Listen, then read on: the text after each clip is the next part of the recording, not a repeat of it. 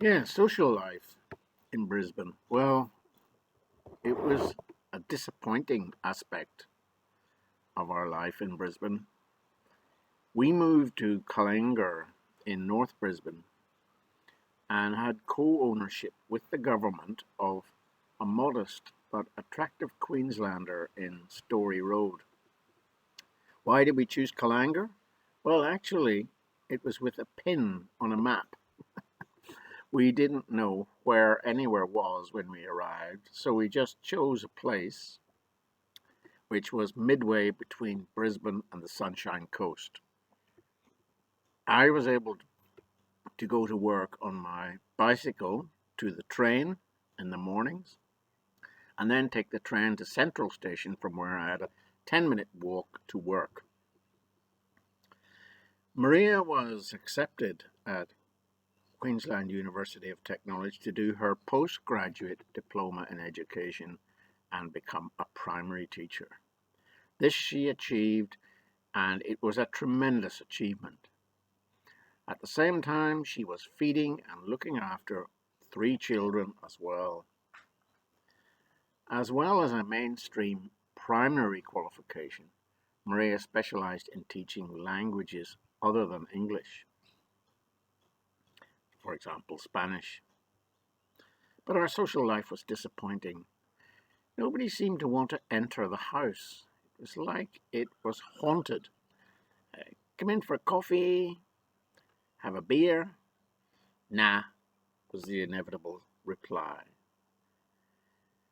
I guess it was just a culture. On the other hand, our neighbours were wonderful. Ron was a blessing. He and his wife were a great couple. He was on a permanent disability pension for epilepsy. He hadn't worked uh, before we arrived, and certainly in the 5 years that we were there, he didn't work. He looked like a blonde Hell's Angel, quite intimidating actually. And he liked to walk around his garden in his shorts and nothing else. I remember Mum being quite shocked by the sight of him when she came to visit. But he was an exceptionally helpful person. He helped me with many things in and around the house, putting in the air conditioner in the bedroom, replacing the basin in the bathroom, tiling the yard, everything Ron would help with and never asked for anything in return. He represented the very best in Australia. Whenever we left to go to Brunei, rather than get an insulting few $100s for my car, Bluey, I gave it to Ron as a present. I felt really good about this because although our 1982 Falcon Bluey had done 350,000 kilometres, it was still in great working order and had another 100,000 Ks in it at least. Our other neighbour was a builder. He was also quite friendly. But his wife, a Polish immigrant, was more reserved. He was a great provider. They were only living in their house while they built a new one.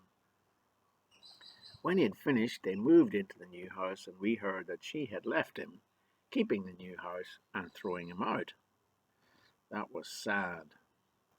For a while, their house was rented by a young Neanderthal living with his girlfriend. So my nice neighbour, the builder, was replaced with this ugly young man.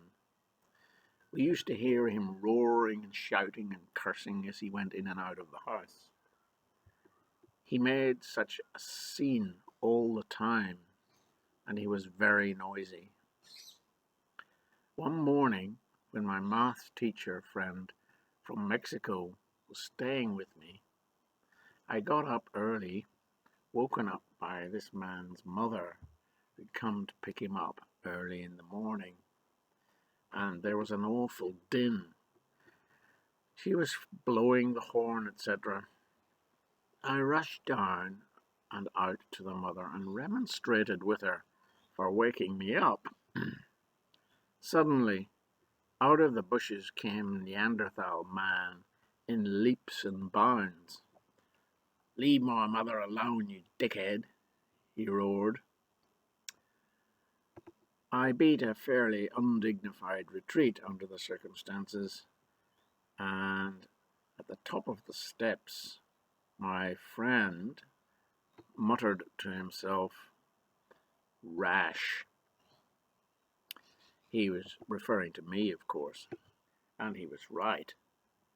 I do get grumpy sometimes early in the mornings. Fortunately, the estate agent ejected this loathsome individual a few weeks later, but not until the police had been called one day.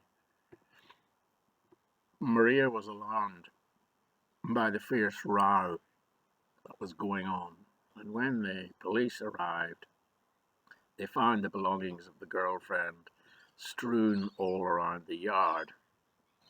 It was a right mess. He was replaced, though, with a very nice couple who were very friendly. Our other contacts had been were friends of my brother in Ireland, and he was a school friend, I think, of my brother. And indeed, I knew him when I was at Trinity College in Dublin briefly. So they now lived quite close to us in a beautiful new house. They were a strange couple, though. He was very pleasant and helpful and stable, but she was a little odd at times, but could also be very pleasant if she chose to. A very funny incident occurred when Mum and Roger were visiting us in 1997. They came over to our house, that's our couple, and then they invited us all over to their house the next evening for something to eat. We arrived a few minutes after 8 to find the house in darkness. My mother later told me that my brother was incensed by this slight and had grumbled to her, "Another Donald cock-up," or words to that effect. Actually, it was nothing to do with me at all. They had simply forgotten the appointment. We were about to leave when their car drew up and out pranced the wife, clutching a bag of chips, which she was apparently just finishing off. They then half apologized to us and sat us down, went into the kitchen and produced a large bag of crisps to offer to the assembled company. To the Nixon family, this was a disaster, and after a polite interlude, we made our excuses and left. Big Brother was not impressed. My big brother Roger was a well-intentioned and good man, in that he looked after Mum very well in Ireland. He was also generous and helped me out when we were in crisis in Melbourne. However, his blaming of me for this incident shows what he really thought of me.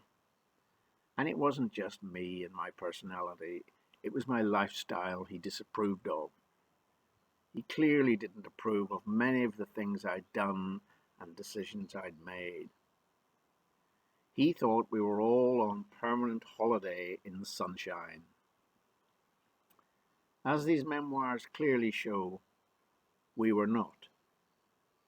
It was quite the opposite. We never had more than 2 halfpennies to rub together. I constantly invited my brother and his wife to visit us. They never did, until well after Dad had died. And then they only came to Brunei because it was on the way to visit his wife's relatives in New Zealand. Roger and I were never close. The big brother, little brother sibling relationship is often fraught with problems and even conflict. As we became older, the relationship became more fraught. Our circumstances and lifestyle were different. He had a wife who had problems with all of us Nixons. They both retired early at 55, and they were loaded. My circumstances could not have been more different. I had a wife who got on well with all the Nixons, but we could not retire until 67, and we had 3 children to support. Our financial situation could not have been more different from my brother's. As Mum used to say, we were always pulling the devil by the tail. Money was very tight. We never had more than about $1,000 in the bank, and often less. Eventually, Marie had a car accident, which was not her fault. There was damage to our car, but the guy had no insurance, and I had only third-party insurance to save money. A big mistake, false economy, but we just didn't have the money. We never even considered comprehensive insurance, never once. Then, as luck would have it, a couple of weeks later, Marie had another accident. This time it was her fault, and the bloke she crashed into was angry. So we had to pay a bill of about $3,000, which is a lot of money in those times, and to put it back on the road.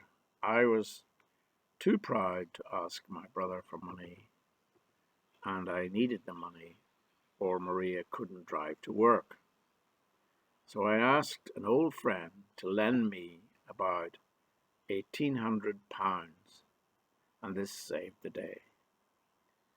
I repaid it some years later when we had some savings in Brunei. This was the only time in my life I've ever borrowed money from anyone.